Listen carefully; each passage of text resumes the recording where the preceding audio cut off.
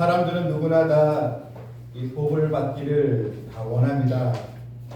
누가 복이 없는 인생을 꿈꾸겠습니까? 그러나 분명히 알아야 할 것이 있습니다. 복은 하나님이 주시는 것입니다. 하나님은 복 주시는 아버지시라는 것입니다. 그런데 이 하나님 주시는 이 복은 아무나 받는 것이 아니라 복을 받는 사람들이 따로 있다는 것입니다. 오늘 이 시편의 말씀은 우리가 늘 암송하기도 하고 또 성경 교독할 때 항상 또 우리가 교독을 하는 그런 또 시편 1편의 말씀입니다. 너무나도 우리가 잘 알고 있고 또 복 있는 사람 어떤 사람인가 말씀 통해서 얼마든지 우리가 은혜를 또 입을 수 있는 그런 어떤 말씀입니다. 성경은 이 복 있는 사람에 관한 이야기를 우리에게 해주고 있습니다. 본문에서 이 두 부류의 사람, 의인과 이 악인들의 삶이 대조가 됩니다. 의인의 이 축복, 또 반면에 악인의 이 멸망이 아주 선명하게 대비가 되어서 우리에게 알려주고 있습니다.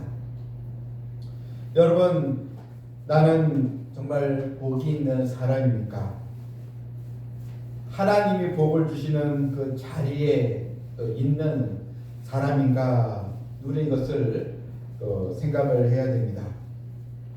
성경에서 말하는 이 복은 내가 계획을 잘 세우고 또 치밀하게 일을 추진해서 복을 쟁취해서 얻는 것이 아니고 하나님이 기뻐하시고 하나님이 은혜를 베푸시는 그 자리에 또 하나님의 은총 있는 그 자리를 우리가 떠나지 않냐면 그 복은 우리에게 내려오게 되는 것입니다.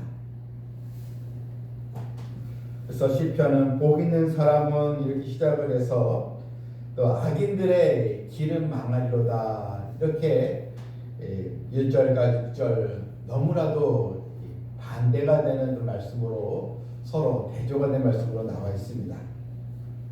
우리는 분명히 복 있는 사람들로 부름을 받은 백성입니다. 그런데 이 복 있는 사람들에 대해서 해야 될 것과 하지 말아야 될 일이 있다는 것입니다.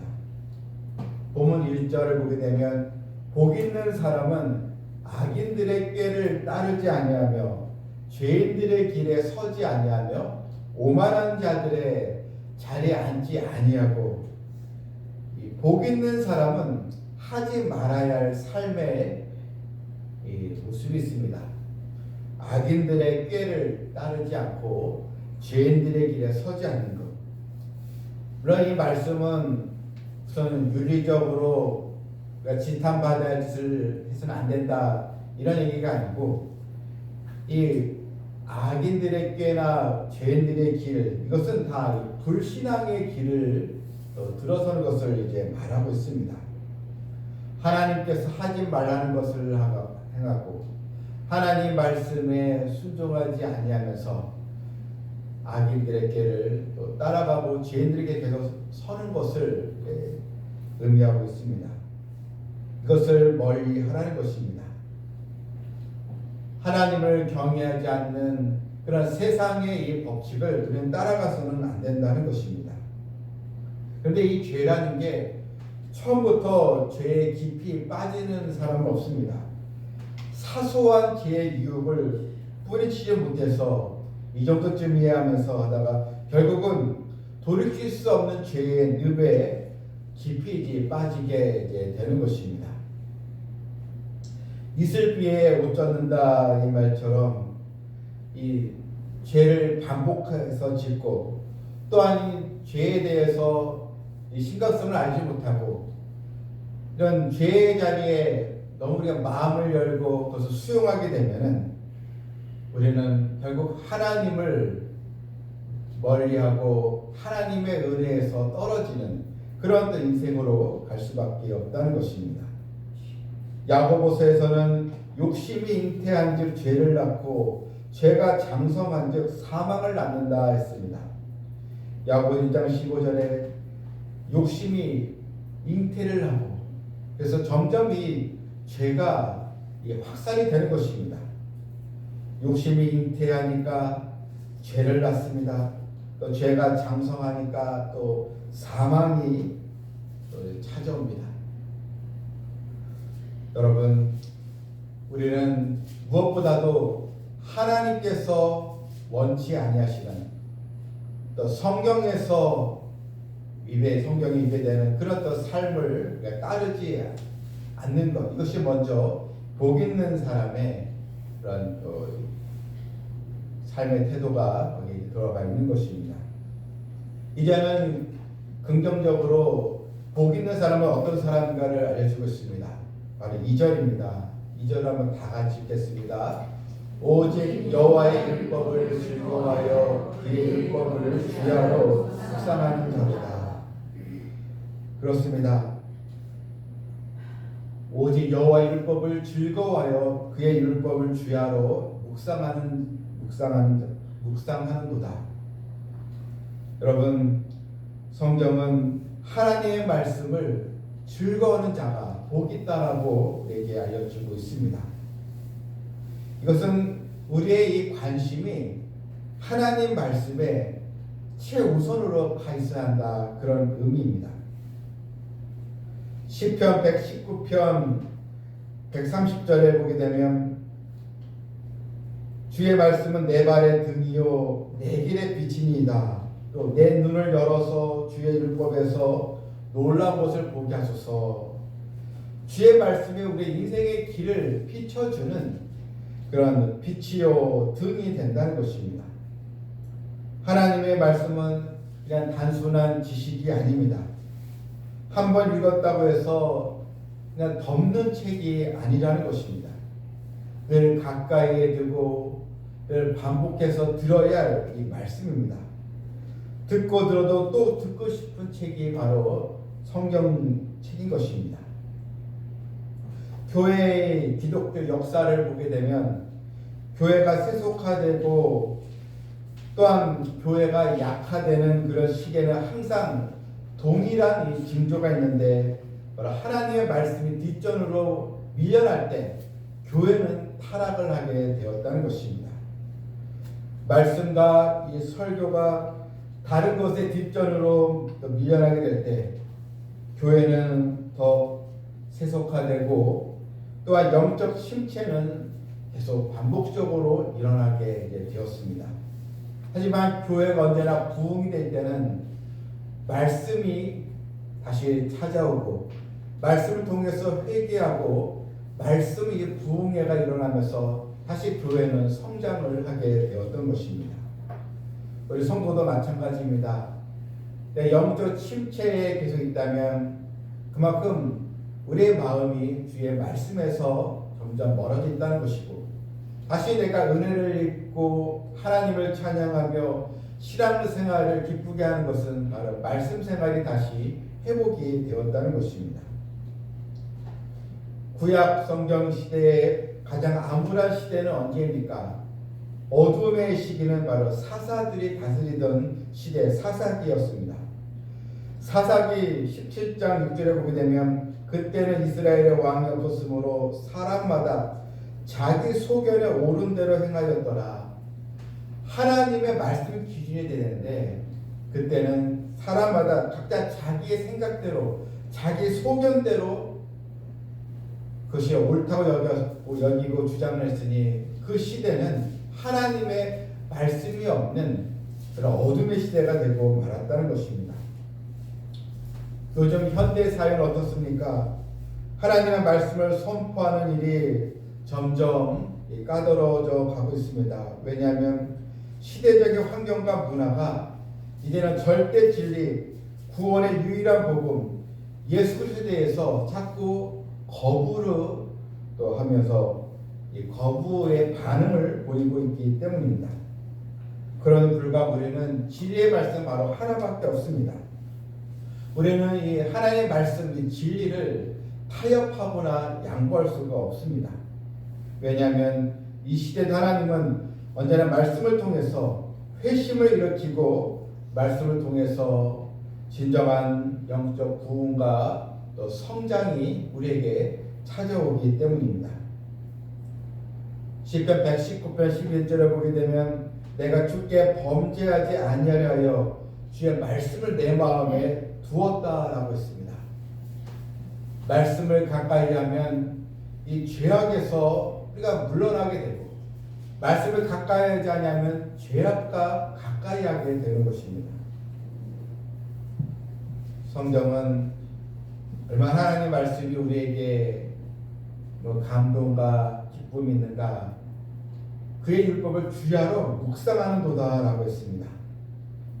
주야로 묵상한다는 것은 단순히 시간적으로 낮에도 밤에도 무조건 성경을 봐야 된다 그런 의미가 아니고, 이 주야라는 것은 우리 인생의 낮과 또 밤을 또 뜻하고 있습니다.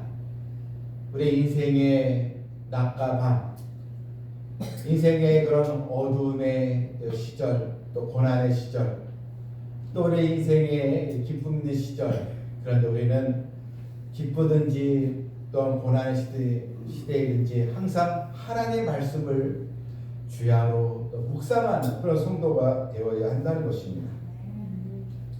여러분, 드라마를 보는 것보다 하나님의 말씀을 더 사모하면서 하나님의 말씀 듣기를 더 좋아하고 있습니까? 또한 여러 이런 축구 경기를 또 야구를 즐거워하는 것보다 하나님의 말씀을 더 우리가 듣고 좋아하는 것을 더 귀하게 여기고 있느냐 하는 것입니다. 세상의 여러 즐거움보다 하나님의 말씀을 더 사모하고 말씀 듣는 것을 더 소중히 여기는 성도들이 되어야겠습니다. 오늘날에는 연애 편지가 없지만 옛날에는 다 손으로 써서 연애 편지를 쓰지 않았습니까? 연애 편지를 받으면 마음이 어떻습니까? 먼저 편지를 뜯지 않습니다. 먼저 이 편지를 보낸 그 연인을 먼저 생각을 하면서 그 다음에 이 편지를 또 뜯지 않습니까? 편지 읽기 전에 먼저 사랑하는 그 연인을 생각을 하면서 이제 가슴이 이제 두근거리면서 이제 한 글자씩의 편지를 이렇게 보게 되지 않습니까? 그래서 글자보다 그 사람의 이 마음을 우리는 읽게 되는 것입니다. 그래서 그 편지는 소중히 여기면서 또 밤낮 또 읽고 또 읽지 않습니까? 여러분, 주야를 묵상한다. 이 묵상은 단어가 바로 그런 의미입니다. 하나님의 말씀이 너무나 좋아서 계속 읽고 싶고 또 듣고 싶고, 하나님 말씀을 계속 또 듣고 싶고, 이런 이 마음, 이것이 바로 주야로 묵상하는 성도의 또 자세인 것입니다. 2차 대전 후에 많은 이 고아들이 각 나라마다 많이 생겼습니다. 미국은 또 전쟁 고아를 위해서 여러 막사를 짓고 또 아이들에게 먹을 것을 제공했습니다. 그런데 이 고아들이 먹고 자는 문제 해결되었지만 많은 아이들이 잠을 제대로 자지 못했습니다. 잠을 제대로 자지 못해서 아이들의 건강 상태가 점점 나빠져 갔습니다. 분명히 굶지 않도록 먹을 주는데도 왜 아이들이 잠을 자지 못하는가? 그래서 이 심리학자를 동원해서 아이들이 잠을 이루지 못하는 원인을 이제 찾아라 해서 했더니, 아이들이 어려서부터 받은 전쟁 충격을 인해서 항상 무엇인가를 잃어버릴 수 있다는 그런 불안감 때문에 잠을 자지 못한다. 그래서 미군이 이제 국립 끝에 자기 전에 아이들에게 빵 한 조각과 조그만 장난감을 이렇게 하나씩 이제 주어졌다는 것입니다. 그래서 아이들이 머리맡에 빵과 또 장난감을 손에 쥐니까 그 뒤에 아이들이 이제 잠을 잘 자게 되었다, 이런 이야기였습니다. 아이들은 내일도 먹을 것이 있고 자기 손에 장난감이 있다는 것에 안도를 하면서 잃어버리지 않겠구나, 그러면서 심정의 안정을 이제 취하게 되었다는데, 여러분, 혹시 나도 크게 중요하지 아는 것을 또 붙잡아야 또 마음이 안정이 된다. 이런 마음 없습니까? 하나님의 이 말씀을 붙잡아야 되는데 그냥 단순한 심리적인 안정 때문에 세상 것을 꼭 붙잡아야지만 그걸 통해서 만족을 얻어야지만 안정을 또 취하는 그런 사람은 또 없는지요. 내가 반드시 붙잡아야 할 것은 바로 하나님의 말씀이지 그냥 세상에 주는 것이 나의 영혼에 평강을 주지는 못하는 것입니다. 오늘 많은 성도들이 교회에 와서 예배를 드리지만 점점 영적인 깊은 체험을 하면서 주의 말씀에 감동과 즐거움을 누리는 성도들이 많지는 않습니다. 그냥 예배당에는 오지만 집으로 갈 때 그냥 빈 마음으로 돌아가는 성도들이 여러 있다는 것입니다. 성도 여러분, 하나님의 생명의 말씀, 이것을 나의 한 주간의 보화로 삼고 말씀의 힘을 얻어서 믿음으로 살아가는 성도들 되시길 바랍니다. 주의 말씀을 주의 안에 묵상하고 사모하는 자에게 어떤 복이 있습니까? 3절에 보니까 그는 시냇가에 심은 나무가 철을 따라 열매를 맺으며 그 잎사귀가 마르지 아니함 같으니 그가 하는 모든 일이 다 형통하리로다. 그가 하는 모든 일이 다 형통하리로다. 하나님은 이런 축복을 우리에게 주십니다. 말씀을 가까이 하는 성도는 시냇가에 심은 나무와 같이 되는 것입니다.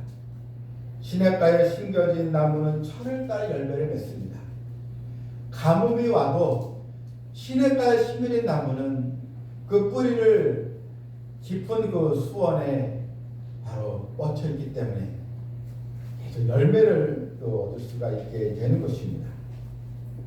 예레미야서에서도 비슷한 말씀이 이제 나와 있습니다. 예레미야 17장 5절에 보게 되면 17장 7절에 무릇 여호와를 의지하며 여호와를 의하는 그 사람은 복을 받을 것이라. 그는 물가에 심어진 나무가 그 뿌리를 강건에 뻗치고 더위가 올지라도 두려워하지 아니하며 그 잎이 청청하며 가물은 해에도 걱정이 없고 결실이 그치지 아니함 같으리라. 무릇 여호와를 의지하며 의뢰하는 자, 물가에 심겨진 나무처럼 열매를 맺게 된다는 것.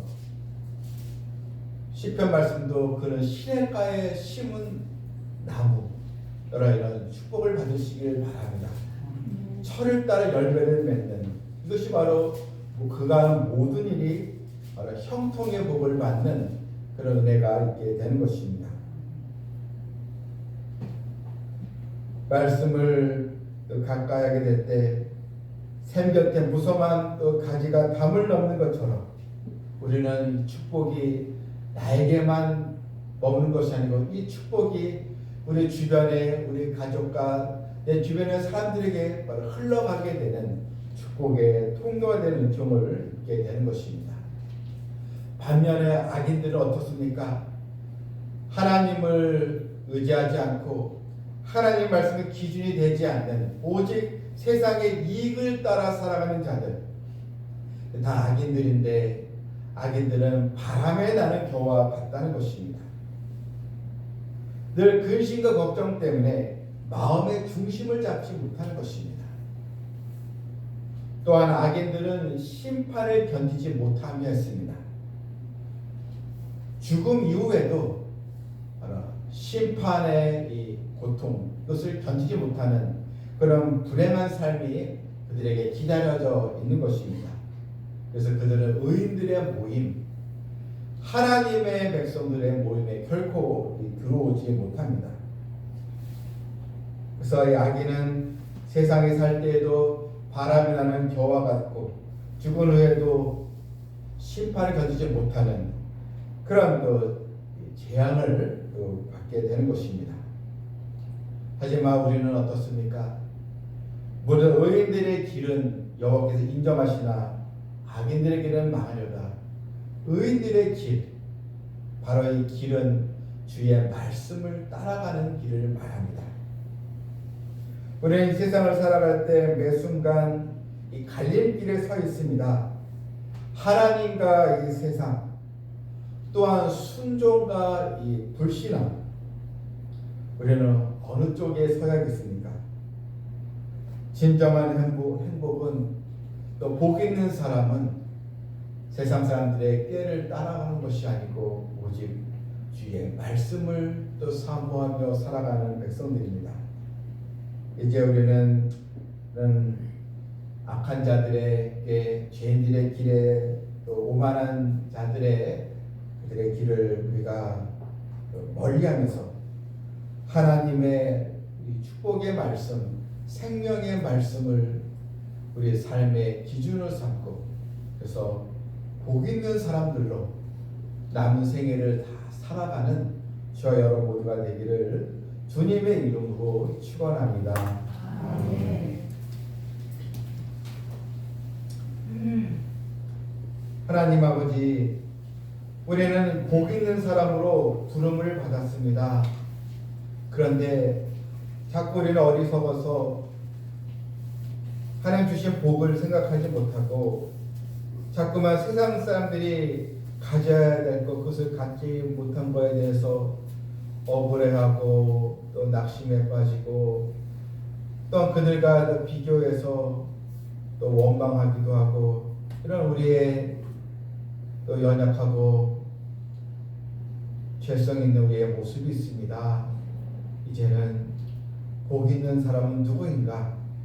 하나님을 의지하는 사람이요 주의 말씀을 주야로 묵상하는 자라는 것을 알게 주셨사오니, 말씀을 가까이 하면 시냇가에 심겨진 나무처럼 철을 따라 열매를 맺고 모든 일이 형통에 복을 얻는다는 것을 늘 잊지 말게 해주시고, 남은 우리 생애가 하나님을 더 찬양하며 하나님을 인정하시는 복된 믿음 생활로 저희들을 인도하여 주시옵소서. 예수님의 이름으로 기도하옵나이다. 아멘.